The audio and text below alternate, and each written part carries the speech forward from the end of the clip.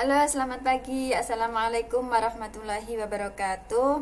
Pada segmen kali ini kita khusus akan membahas tentang pendekatan produksi dalam perhitungan pendapatan nasional.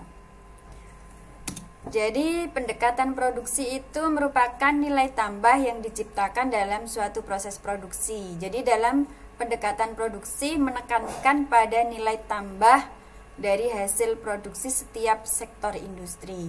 Nah, kegiatan produksi itu sendiri merupakan kegiatan yang menciptakan nilai tambah pada suatu produk. Jadi, dalam pendekatan produksi pendapatan nasional dihitung dengan menjumlahkan nilai tambah dari seluruh sektor produksi selama satu periode tertentu yang dilakukan biasanya dalam 1 tahun. Kemudian nilai tambah itu apa? Nilai tambah itu nilai output dikurangi nilai input. Nah, nilai output itu sendiri adalah nilai dari hasil produksi. Sedangkan nilai input itu adalah nilai biaya termasuk bahan yang digunakan dalam proses produksi tersebut. ISIC, International Standard Industrial Classification, mengklasifikasikan perekonomian Indonesia menjadi 9 sektor atau lapangan usaha yang terbagi dalam 3 kelompok. Nah, sektor usaha itu apa saja? Sektor primer mencakup pertanian, peternakan, kehutanan, perikanan, pertambangan, dan atau penggalian. Mengapa ini dikatakan sektor primer? Karena sektor utama yang berpatok pada alam. Kemudian sektor sekunder itu mencakup tentang industri pengolahan, yaitu membuat bahan baku menjadi barang jadi, listrik, air, dan gas. Itu termasuk dalam sektor sekunder. Kemudian yang ketiga adalah sektor tersier, itu mencakup perdagangan, hotel dan restoran, pengangkutan dan telekomunikasi, dan jasa-jasa lainnya. Nah, itulah beberapa sektor usaha yang digunakan dalam perhitungan dengan menggunakan pendekatan produksi.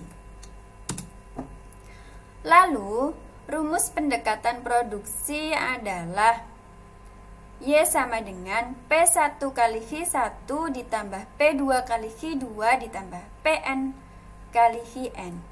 Nah, di sini Y itu adalah melambangkan pendapatan nasional.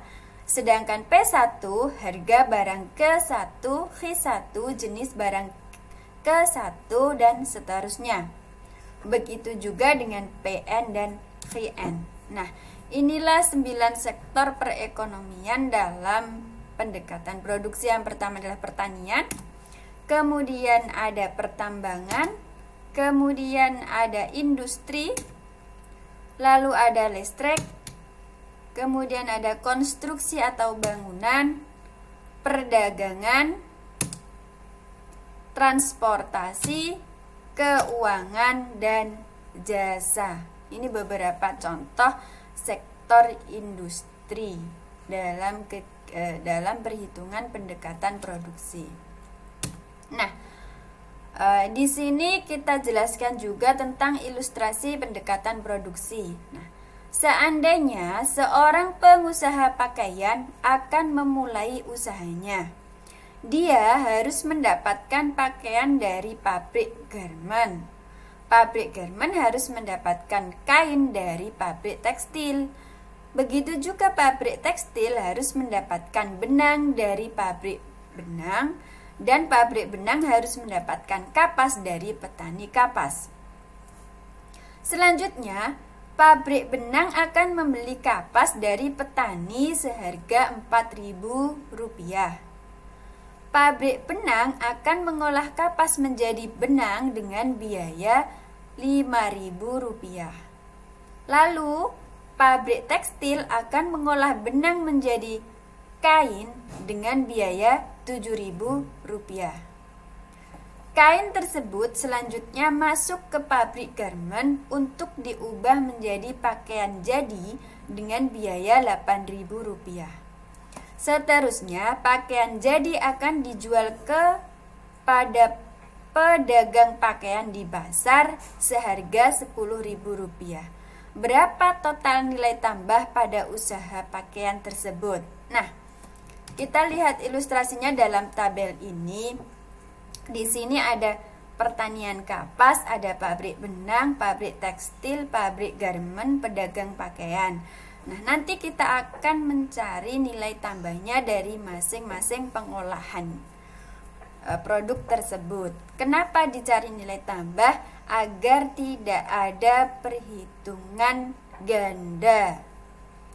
Perhitungan ganda di sini misalnya di pabrik benang nanti di pertanian kapas sudah dihitung, nanti di pabrik benang kapasnya dihitung lagi, dan untuk menghindari perhitungan ganda tersebut maka dicari nilai tambahnya. Nah, dari pertanian kapas ini nilai outputnya tadi adalah 4.000, nilai inputnya 0 karena tidak perlu diolah.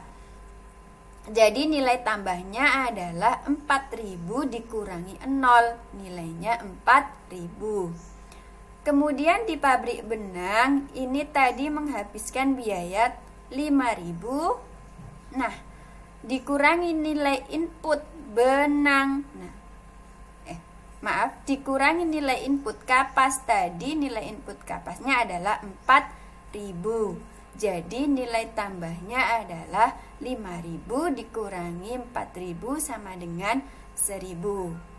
Lalu benang diubah menjadi tekstil di pabrik tekstil, habis biaya 7.000. Jadi nilai outputnya 7.000, kemudian dikurangi nilai benangnya tadi adalah 5.000. Jadi nilai tambahnya adalah 2.000. Nah, kemudian di pabrik garmen dirubah menjadi pakaian, jadi nilai outputnya tadi adalah 8.000. Kita letakkan di sini 8.000. Kemudian nilai input dari tekstil tadi adalah 7.000. Jadi nilai tambahnya adalah 8.000 dikurangi 7.000 senilai 1.000. Kemudian di pedagang pakaian dijual dengan harga 10.000. Nah, kita letakkan di sini. Kemudian nilai input dari kain tadi di pabrik garmen adalah 8.000. Jadi nilai tambahnya adalah 10.000 dikurangi 8.000, jadi 2.000. Kemudian berapakah nilai tambah dari pengusaha pakaian ini? Di total nilai tambah dari pertanian kapas sampai dengan pedagang pakaian 4.000 ditambah 1.000 ditambah 2.000 ditambah 1.000 ditambah 2.000. Jadi totalnya adalah Rp10.000. Jadi besarnya nilai tambah pada sektor usaha pakaian adalah Rp10.000, bukan total dari nilai outputnya, tetapi total dari nilai tambahnya. Nah, itulah tadi adalah ilustrasi dari pendekatan produksi. Semoga bermanfaat dan tetap belajar. Dadah.